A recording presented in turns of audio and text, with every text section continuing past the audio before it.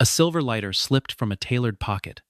and struck the marble floor of the gallery with a small, sharp sound that seemed far too loud for such a glittering room. Heads turned for only a moment, because everyone assumed it belonged to the reclusive billionaire Ethan Blackwood, and expensive things falling from expensive men rarely held anyone's attention for long in a room full of chandeliers and quiet ambition. But when Amara Johnson bent down to retrieve it,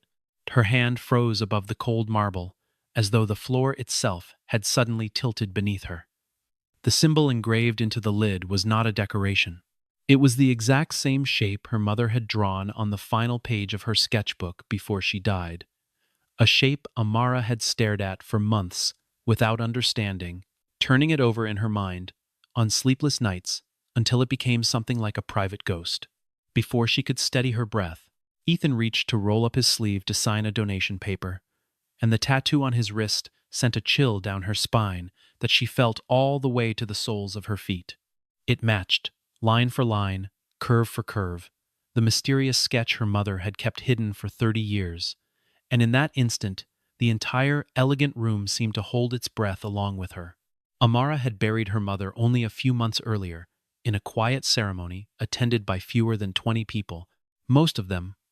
former colleagues from the small restoration studio,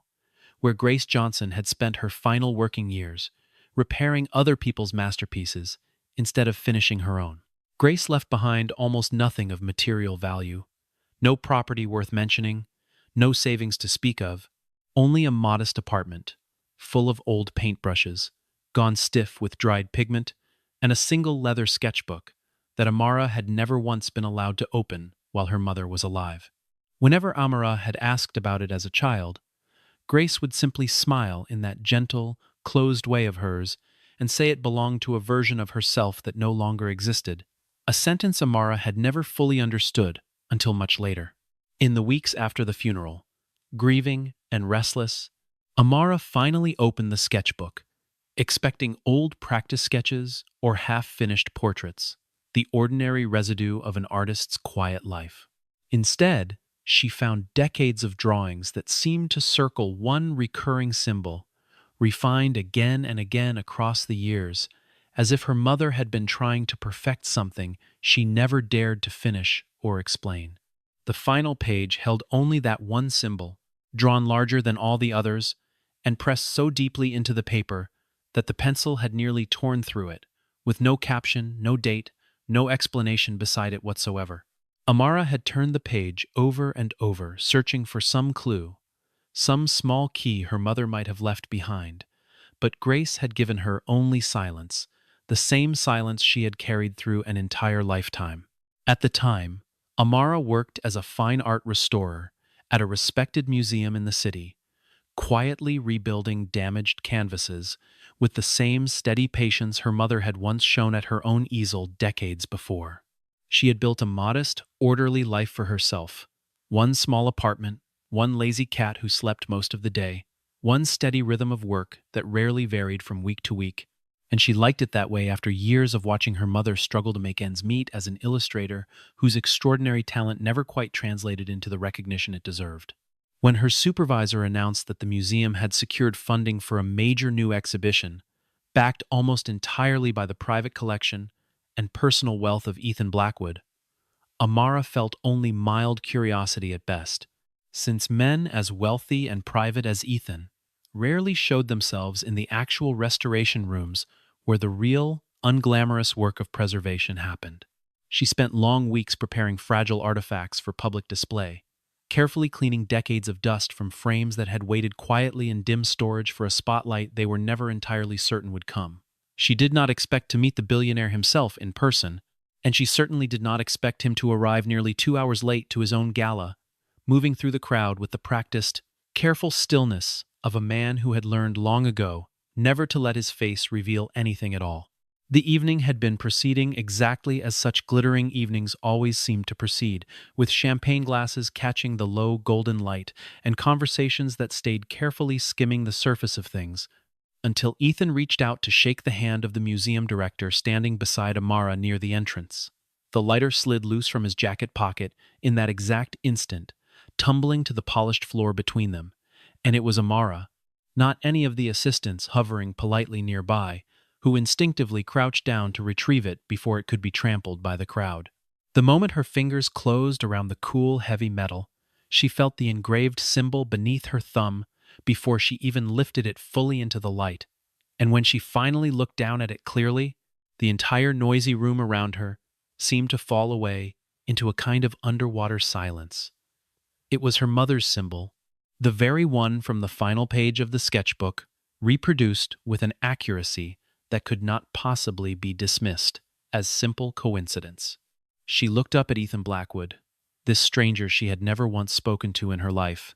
and for the first time all evening, his carefully composed expression flickered, just slightly, as though he too had noticed something in her reaction that he could not yet explain to himself. Ethan thanked her politely and reached out to reclaim the lighter, his fingers brushing hers for the briefest possible second, and Amara handed it over without a single word, because she had not yet found any language at all for what she was feeling in that moment. He slipped it back into his jacket pocket and turned to sign the formal papers, donating several pieces from his private collection to the museum's permanent holdings, and as he bent low over the table to write his name in careful, angular handwriting, his sleeve rode up his forearm just enough to reveal ink that had clearly been sitting on his skin for many years, faded softly at the edges, the way old tattoos always fade with time. Amara's breath caught somewhere deep in her chest, and for a moment she genuinely could not remember how to swallow. The mark on his skin was not merely similar to her mother's private drawing.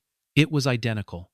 down to the smallest curling line at its center, as though both images had come from one single original design that someone had once drawn for two people rather than one. She excused herself as soon as she reasonably could, without seeming rude to the museum's most important donor, walked quickly to the small office where she kept her bag tucked beneath her desk, and pulled out her phone with hands that would not quite stop trembling, staring at a photograph she had taken of her mother's sketchbook weeks earlier, comparing it again and again to the image now burned permanently into her memory. That night, long after the last guests had gone home, and the gallery lights had dimmed down to their usual quiet hum, Amara sat alone on the floor of her apartment, with the sketchbook open across her knees, tracing the final drawing with one careful finger, as though touch alone might somehow unlock its long-buried meaning. She flipped backward through page after page, searching for anything at all her mother might have written in the margins, until she finally found a small folded note tucked into the inside back cover, creased so many times over the years that the paper had gone soft and thin with age. In her mother's familiar, slanted handwriting, it read simply that if she ever saw this symbol again in her lifetime, she should go and find the truth, whatever that truth might cost her in the end. Amara read the line, perhaps a dozen times over, feeling the full weight of every unanswered question her mother had quietly carried for 30 years, finally settling onto her own shoulders like a heavy coat. She did not yet know who her mother had wanted her to find,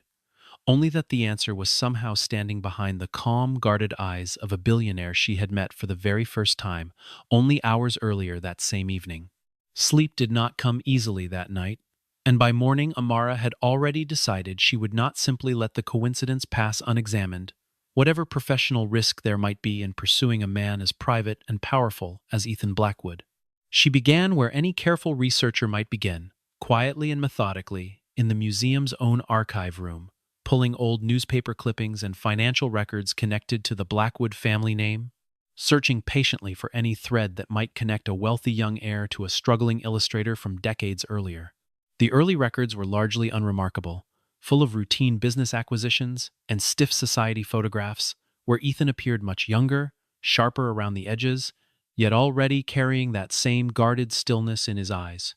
even as a man barely out of his 20s. Then, buried in a stack of microfilm newspapers from 30 years earlier, she found something genuinely strange. For nearly a full year, Ethan Blackwood had vanished almost entirely from public record. No photographs, no business appearances, no society mentions of any kind, as though he had simply stepped outside of his own life for a season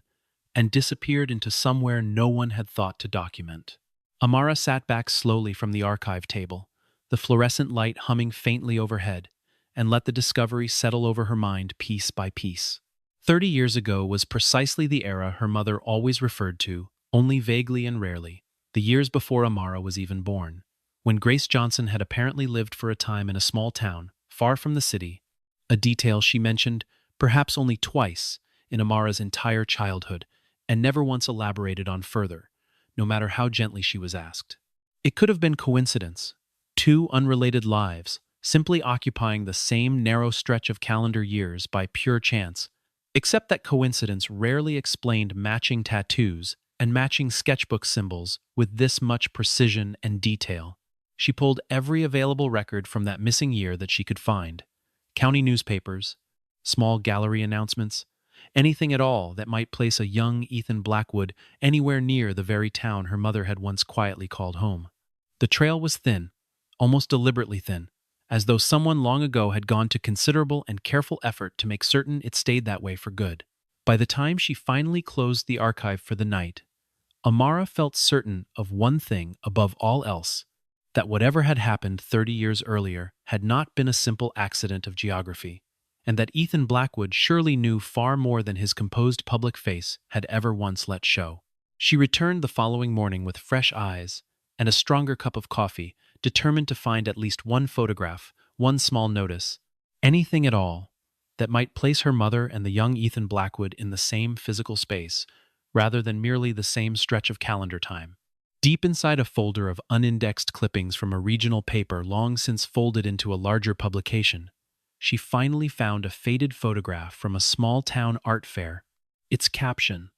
listing only a handful of names among a crowd of exhibitors. Grace Johnson's name appeared near the bottom, credited for a set of illustrations that had apparently won a minor local prize that year, and standing at the very edge of the same photograph, half turned away from the camera, was a young man whose posture Amara now recognized instantly. He was too far from the lens for the caption to have bothered naming him, an anonymous face in someone else's proud moment, yet Amara would have known that particular stillness anywhere after everything she had already seen. She photographed the page carefully with shaking hands, feeling for the first time that the thread she had been pulling was no longer merely theoretical, but something with a face and a place and a date attached to it. Getting an audience with Ethan Blackwood proved far harder than Amara had anticipated, and her first 3 formal requests were declined through the same polite, impenetrable assistant, who explained again and again that Mr. Blackwood's schedule simply did not permit any unplanned meetings with museum staff, however important they might feel their business to be. She sent a 4th request, this time quietly, including a photograph of the sketchbook symbol, alongside a photograph of his own visible tattoo, carefully cropped so that nothing else in either image could ever be identified or misused, and within a single hour, her phone rang with a number she did not recognize at all. The voice on the other end was Ethan himself, quiet and tightly controlled, asking only where and when she wanted to meet, without a single question about why she wanted to meet him at all. They agreed on his private office downtown, a space as spare and deliberate as the man himself, all clean lines and muted grays, with almost nothing personal on open display, except one single framed photograph turned discreetly away from any visitor's view. The conversation began tensely, both of them choosing their words with the caution of 2 people who suspected the other might be hiding something far larger than either was yet willing to admit out loud. Amara asked him plainly why he carried a tattoo that matched a drawing her own mother had kept secret for 30 long years. And for a long, heavy moment, Ethan said absolutely nothing at all, simply studying her face carefully, as though searching it for some resemblance he half expected, and half feared, to find there. Then he asked, quietly, and with an unmistakable edge of urgency, he clearly had not intended to reveal how she had come to know anything about that particular symbol in the first place. Amara reached into her bag and set the sketchbook gently on the table between them, opening it to the final page without saying another word, and watched as something in Ethan Blackwood's carefully maintained composure finally, visibly cracked. His hand hovered above the drawing, but did not quite touch it, and when he finally looked up at her again, his eyes carried the unmistakable shine of a man confronting something he had believed, for 30 years, was buried forever and could never resurface. He said very little in that first meeting, beyond quietly asking to keep the photograph she had brought with her, promising to explain everything soon, though soon felt to Amara like a word powerful men often used when they were not yet ready to say anything true at all. Within the hour, however, word reached her through the museum director that Ethan Blackwood had personally canceled every single appointment on his calendar for the following 2 weeks, an act so uncharacteristic of him that even his own senior staff seemed genuinely unsettled by the sudden change. Amara understood, without needing to be told directly by anyone, that she had shaken something loose inside this composed, distant man,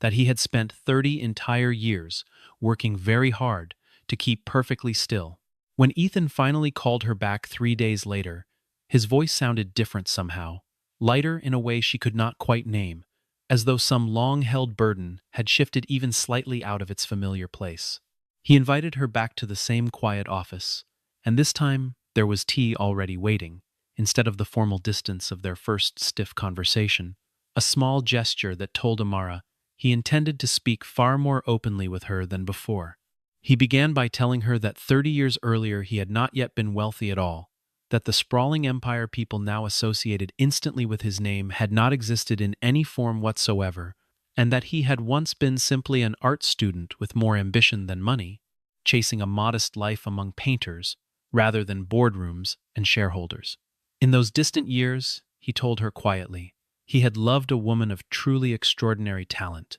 someone whose work he still believed, even now, could have filled the finest galleries in the entire country, if the world had only given her the fair chance it never quite gave her. He would not yet say her name aloud, watching Amara carefully, as though testing precisely how much truth she was prepared to receive, in a single sitting without breaking apart. He explained slowly that the symbol on his wrist and the very same symbol hidden inside her mother's sketchbook had not come from either of them alone, but from both of them together, a design the two of them had created quietly, side by side, during one unforgettable season of their lives that neither had ever managed to forget. It represented, he said, something they had once believed in with their whole hearts, the simple idea of hope surviving after heartbreak, of something whole eventually growing back from something once completely broken. Amara listened closely, feeling the scattered pieces of her mother's lifelong silence begin to arrange themselves at last into a shape she had never once dared to imagine on her own. Finally, she asked the question that had been quietly building in her chest since the very night of the gala. She asked him directly whether the woman he had loved 30 years ago was in fact her own mother, Grace Johnson, and the office fell into a silence so complete that Amara could clearly hear the faint hum of city traffic far below the tall window. Ethan did not answer her with any words at all. He simply closed his eyes, and in that heavy stillness, Amara understood the answer as clearly as if he had spoken it aloud for the entire building to hear. It took him several long, difficult minutes to finally say her mother's name out loud, and when he did, something in his usually steady voice broke gently, the way old wood settles quietly under a weight it has carried far too long. Yes, he confirmed at last quietly. Grace Johnson had indeed been the woman he loved 30 years ago, the artist whose talent he had once believed in more fiercely than his own, the person whose sudden absence had gone on to shape every major choice he made afterward, even the vast empire he eventually built, almost as if trying to prove something to a younger version of himself who no longer existed. But he was careful to make one thing entirely clear right away,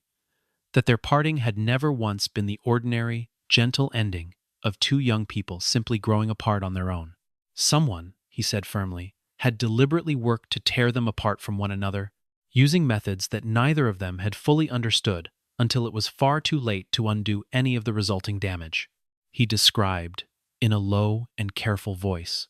a letter that Grace had written him near the very end of that missing year,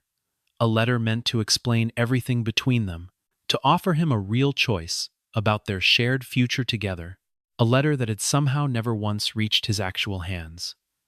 In its place had come only silence from her direction, a silence he had interpreted, wrongly and painfully, as clear abandonment, as proof that she had simply chosen to walk away from him without so much as a passing explanation. He told Amara that there had also been a quiet promise shared between them, an understanding that whatever obstacles stood in their way at the time, they would eventually find their way back to one another no matter what. That promise, Ethan admitted quietly, someone had apparently found threatening enough to actively and deliberately sabotage without either of them ever knowing. For 30 long years, Ethan confessed, he had lived out an entire adult life, built on a misunderstanding manufactured entirely by someone else's careful, hidden hand, a misunderstanding so thorough that it had quietly shaped every important decision he ever made.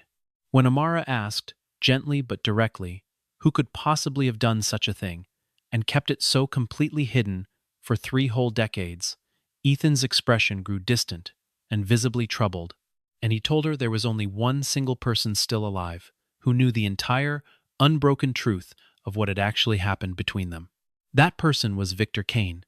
Ethan's personal attorney and closest confidant for nearly 30 years, a man who had quietly managed the Blackwood family's most sensitive private affairs since long before Ethan ever inherited full control of the company. Ethan arranged a meeting between the three of them within just a few days, and Victor arrived looking noticeably older than Amara had expected from his voice on the phone, his usual composure now visibly thinner than the calm professionalism he typically presented to the wider world. He admitted, almost before anyone had asked him a single direct question, that he had carried this particular secret for longer, and far more uncomfortably, than any other secret in his entire long career of quietly keeping other people's secrets safe. 30 years ago, he explained slowly, Ethan's late father had considered Grace Johnson entirely unsuitable for the future, carefully planned for his only son, an ambitious young woman without family wealth or social standing, threatening to stand in the way of a marriage already quietly arranged with another far more prominent family. Victor confessed, his voice low with old shame, that under direct pressure from Ethan's father, he had personally overseen the quiet destruction of certain letters and correspondence passing between the two young lovers, sincerely believing at the time that he was simply protecting his employer's family from what they all considered a deeply unwise attachment. The letter Grace had written, the one meant to reach Ethan before he left the country for an extended business trip abroad, had been intercepted and quietly withheld rather than destroyed outright, locked away for decades, in a private file that Victor himself had personally maintained ever since, never quite able to bring himself to burn it completely away. Grace, receiving no reply at all to a letter she believed had genuinely reached him, eventually concluded that Ethan had simply chosen his family's rigid expectations over her, and she left the small town without leaving behind any forwarding address, carrying that quiet, private heartbreak with her for the rest of her life. Ethan, hearing nothing back from Grace in return, came in turn to believe that she had simply grown tired of waiting for a future he could not yet fully promise her, and had walked away entirely on her own terms, without looking back. Neither of them had ever truly known the real shape of what had actually happened between them, each one quietly carrying a version of abandonment that had never actually belonged to either of them at all. Victor's voice grew quieter still as he continued speaking, admitting that watching Ethan build an entire empire over the following decades, while never once speaking Grace's name again, had been one of the harder things he personally witnessed in his long career, made harder still by his own private knowledge of exactly what he had helped conceal from both of them. He told them plainly that he had kept the sealed file for 30 full years, unable to destroy it outright, and unwilling to reveal it either, waiting perhaps for some future moment when the truth might finally do more good than harm, rather than simply reopening old wounds for no real purpose at all. That moment, he said softly, looking between Ethan's stricken face and Amara's careful, searching expression, had clearly and finally arrived. Victor added, quietly and with visible effort, that he had rehearsed this confession alone in his office more nights than he cared to admit, imagining 100 different ways Ethan might respond to learning that his most trusted advisor had been the architect of his greatest heartbreak. He said he had considered resigning many times over the years rather than face this exact moment, yet each time he had stayed, telling himself the secret was safer contained than released, a justification he now recognized as cowardice dressed up as loyalty. He rose slowly from his chair and retrieved a small wooden box from a locked drawer in his private office, its surface worn smooth with age, sealed with a thin strip of old tape that looked as though it had not been disturbed in decades. He placed it gently on the table between Amara and Ethan, and told them quietly that everything they needed to finally understand what had truly happened was contained safely inside it. Amara lifted the lid slowly, keenly aware of Ethan watching every single movement of her hands, as though the box might contain something powerful enough to undo him entirely in an instant. Inside lay a small stack of handwritten letters tied together with a faded ribbon, several old photographs curling gently at their corners, an early, rougher hand-drawn version of the very symbol they now both recognized so well, and a slim leather journal that Amara recognized instantly as belonging to her mother, its worn cover nearly identical to the sketchbook she already carried with her everywhere she went. She opened the journal with great care, her fingers trembling slightly, as she began to read her mother's most private thoughts from a period of her life she had never once spoken about aloud to anyone, not even her own daughter. Grace had written extensively, in flowing, careful script, about a love she described as the truest and most frightening thing she had ever felt in her entire life, about a hope she had built an entire imagined future around before that future quietly and silently collapsed beneath her, without warning. Near the very final pages, in handwriting that grew visibly less steady with the passing years, Grace had written a message that seemed to reach out directly across time to whoever might one day happen to find it. She wrote that if her daughter ever encountered someone carrying this particular symbol on his skin, she wanted that daughter to forgive him completely, whatever confusion or lingering pain the encounter might stir up between the two of them. She explained gently that she had spent 30 long years believing herself entirely abandoned, yet somewhere quiet in her heart, she had always privately suspected the truth had been more complicated than simple rejection, that a love as genuine as what she had once felt so rarely simply vanished on its own without a cause. Amara felt tears sliding silently down her face before she even fully realized she had begun to cry, overwhelmed completely by the quiet grace in her mother's final written wish, a wish for forgiveness extended freely toward a man Grace herself might never have fully understood the true innocence of. Ethan, watching her read in silence, asked softly what the journal actually said, and Amara could only hand it over to him wordlessly, unable yet to speak any of the words herself out loud. Before Ethan could even finish reading the passage for himself, Victor reached back into the small box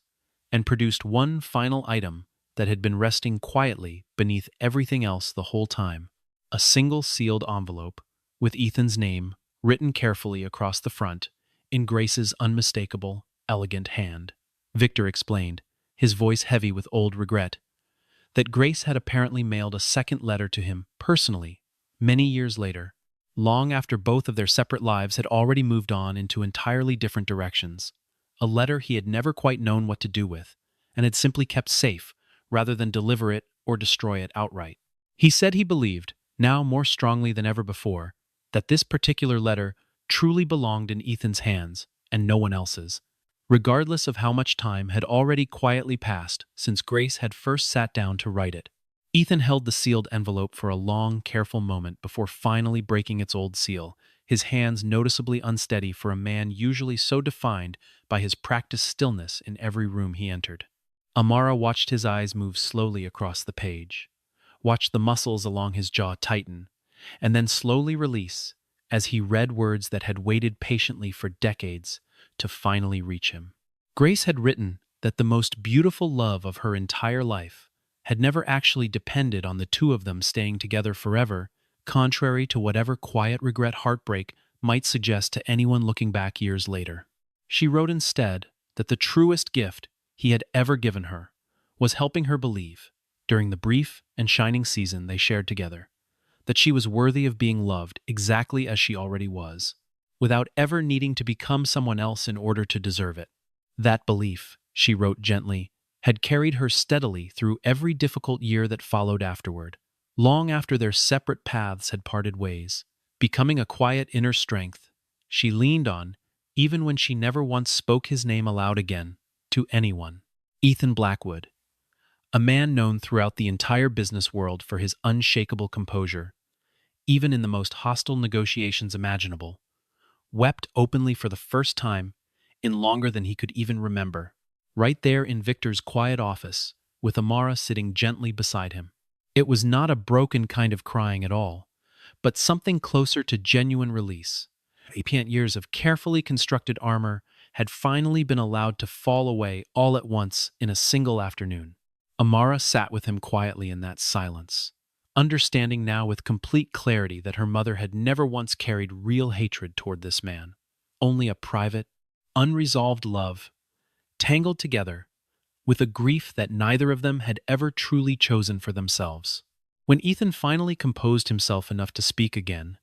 he looked at Amara with an expression she had not yet seen from him in all their meetings, something warm between gratitude and quiet resolve, and told her there was one final thing he needed to do before this long story could truly find its proper ending. In the weeks that followed, Ethan Blackwood did something none of his closest colleagues had ever once seen him attempt before in his entire career, opening his private life to public scrutiny in a way he had spent 30 careful years deliberately avoiding at every turn. He personally funded and organized an entirely new exhibition at the museum, one dedicated solely and completely to the work of Grace Johnson, an artist the wider world had never properly recognized during her own lifetime, despite the extraordinary, undeniable talent evident in every single canvas she left behind her. From his own private collection, carefully guarded for decades inside climate-controlled storage that almost no one had ever been permitted to see with their own eyes, he released dozens of paintings Grace had quietly created during and after their brief time together, works Amara herself had never once known existed until that very moment. He stood calmly before the assembled press and quietly, without any embellishment at all, told the true story of two young people separated long ago by a lie neither of them had ever authored themselves, a story of a love interrupted rather than a love that had simply failed on its own. Amara, meanwhile, was given the singular honor of completing the delicate restoration on her mother's final and most significant unfinished painting, a canvas that had sat quietly incomplete inside Ethan's private collection for 30 full years, waiting, it seemed, for exactly this moment to finally be finished at last. She worked on it patiently for several weeks, with the very same careful patience her mother had once shown at her own easel decades earlier, feeling closer to Grace with every gentle brushstroke than she had felt in all the long months since the funeral. The mysterious symbol that had quietly started this entire unraveling, the one shared originally between two young lovers, and passed down unknowingly to a daughter who never once understood its true meaning, was reborn now as something entirely new and hopeful. Ethan established a permanent scholarship fund in Grace's honored name, dedicated to supporting young artists from disadvantaged backgrounds who might otherwise never have the resources to properly develop their own considerable talent. The symbol itself became the fund's official emblem, appearing now on formal grant letters and gallery walls, rather than hidden away inside a private sketchbook for another 30 years. On the evening the new exhibition finally opened its doors to the public, Amara stood quietly before her mother's completed final painting, watching total strangers pause thoughtfully before it, visibly moved by a story they were only now learning in its complete and honest form. Beside the frame, resting inside a small glass case that Ethan had specially commissioned just for this purpose, sat the same silver lighter that had started everything on that first glittering night, returned to Amara now as a gift from the man who had carried it faithfully for 30 years, without ever fully understanding why he simply could not bring himself to part with it. She reached out gently and closed her mother's sketchbook one final time that evening, its pages finally complete after so many years, its long silence finally answered after 3 full decades of quiet waiting. The secret that had once seemed so unsettling on that first night had led, in the very end, not toward wealth or power or any lingering scandal at all, but toward something far simpler and far more lasting than any of those things. It had led toward truth, toward forgiveness, freely given, across a great distance of time, and toward a quiet, healing peace that finally allowed the past to settle exactly where it always belonged, gently, in the hearts of everyone still standing there to receive it. Long after the guests had gone home that night, and the gallery lights had dimmed once more to their usual soft glow, Ethan lingered near the final painting alone, studying the brushstrokes his old love had left behind for the world to eventually discover. He thought of the year he had disappeared without explanation, the year everyone believed had simply been about grief or restlessness, when in truth it had been the quiet unraveling of a young man who had lost the one person who ever made him believe kindness and ambition could exist together in the same life. He thought of all the boardrooms he had sat in since then, all the deals he had closed with the same unreadable calm, never once realizing that calm had been built from loss rather than confidence. Now, standing before Grace's work with Amara's laughter, drifting toward him from across the gallery as she spoke warmly with old colleagues, he felt something in his chest loosen that had tightly wound for 30 entire years. He understood, perhaps for the first time in his adult life, that some fortunes are not measured in numbers at all, but in the quiet, unglamorous act of finally setting an old truth free. Amara, for her part, returned home that night to an apartment that suddenly felt less empty than it had in months, her cat curling contentedly against her side as she sat once more with the closed sketchbook resting in her lap. She thought of her mother not as a woman defined by heartbreak, but as someone whose love had been strong enough to survive 30 years of silence and still land, gently and completely, exactly where it was always meant to go. She thought of Ethan, too, no longer as a distant billionaire glimpsed once across a crowded gallery, but as a man who had spent half his life quietly mourning something he never had the words to name until a stranger placed a lighter back into his hand. In the weeks that followed, the two of them found themselves speaking often, not out of obligation or shared grief, but out of a growing, careful friendship built on the honesty that had brought them together in the first place. Whatever came next between them, neither one rushed to name it, content instead to let it grow slowly, the same patient way. Grace had once taught her daughter that the finest paintings are never finished in a hurry, and so the story that began with a single fallen lighter on a marble floor closed not with fanfare, but with something quieter and far more enduring. A family long divided by silence, finally made whole again through truth. The symbol that once meant only confusion to a grieving daughter now stood for something the whole city could recognize.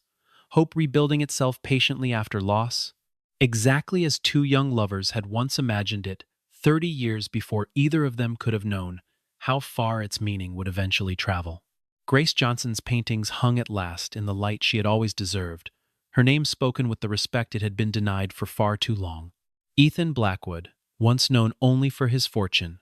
would from that season onward be remembered equally for the quiet courage it took to finally tell the truth. And Amara, standing each evening before her mother's finished masterpiece, understood that the greatest inheritance Grace had ever left her was not a painting or a symbol at all, but the simple, hard-won lesson that even the longest silence can, in time, be gently and completely answered. Visitors who came to the museum in the months that followed often lingered longest,